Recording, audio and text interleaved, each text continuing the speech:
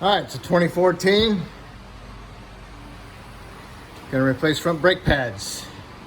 Guy doesn't have a lot of money. Older guy. So he just wants to put the brake pads on because rotors are still kind of decent. So what he had was a brake line that locked up, had a restriction in it, and caused this to stay applied all the time and wear out his brake pads. On the other side, on the driver's side, side's wore out and the passenger side is better. So what we're gonna do is replace the brake pads.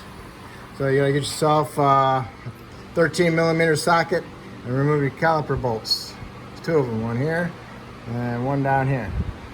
If the caliper slide pins spin, get some long needle nose vice grips and hold them. All right. Or you can just wedge them in there to hold it from turning, and they'll come right off.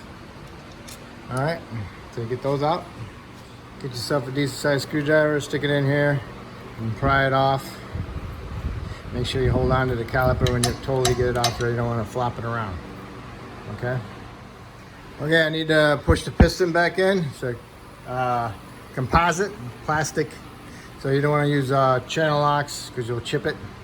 So, but basically you want to look at the boot, make sure it's not torn, or make sure it's not leaking any fluid.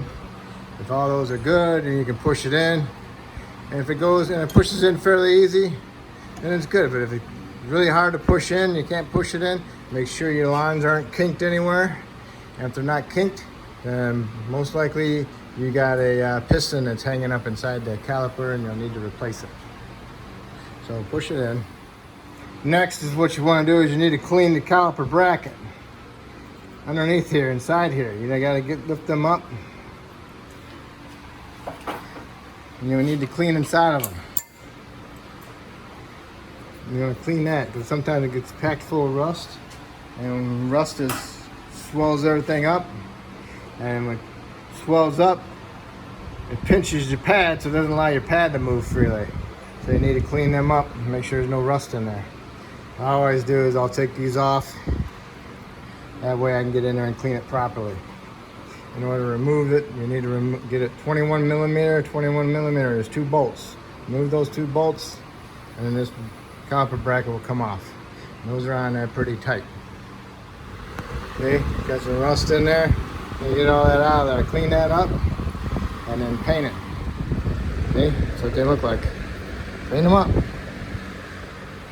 Next, take out your caliper slides. Clean them up and put some new grease on them. Put some Sil Glide on them, or that the grease that comes with the pads.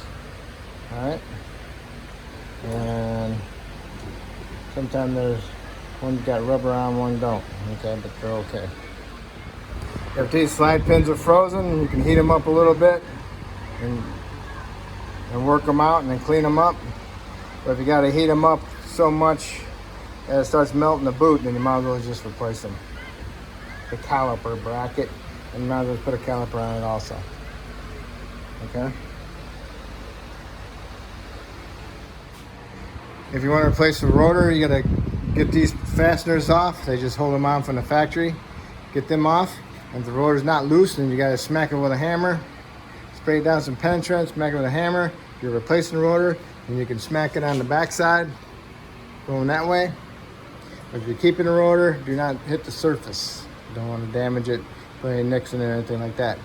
So once you get the rotor off, clean up the hub, make sure there's no rust on it, and then put a fine film of anti-seize around it. And then you put your caliper back, your rotor back on, your new rotor. If you're getting a new rotor, make sure you wipe off the shipping oil that's on it with some glass cleaner or degreaser, soap and water. Okay, so now I'm going to put my caliper bracket back on. All right, the paint's dried, so now you need to put the hardware abundant clips back in there. All right, make sure you put them in there so that the spring part's on the outside, not on the inside, because it'll hit the rotor. All right, so now you can bolt it up, snug it up, and then you want to tighten these bolts to 100 foot-pounds. They say 120, 115. I don't think 100 is sufficient because it's pretty tight, but 115 foot-pounds. Time for the pads. Squeaker goes on the bottom towards the rotation. Put it in there, the bottom. Line it up for the top. You have to push it against the spring part of the clip. Get them lined up. Put it in there sideways and then turn it. Put them in sideways and then turn it. Okay?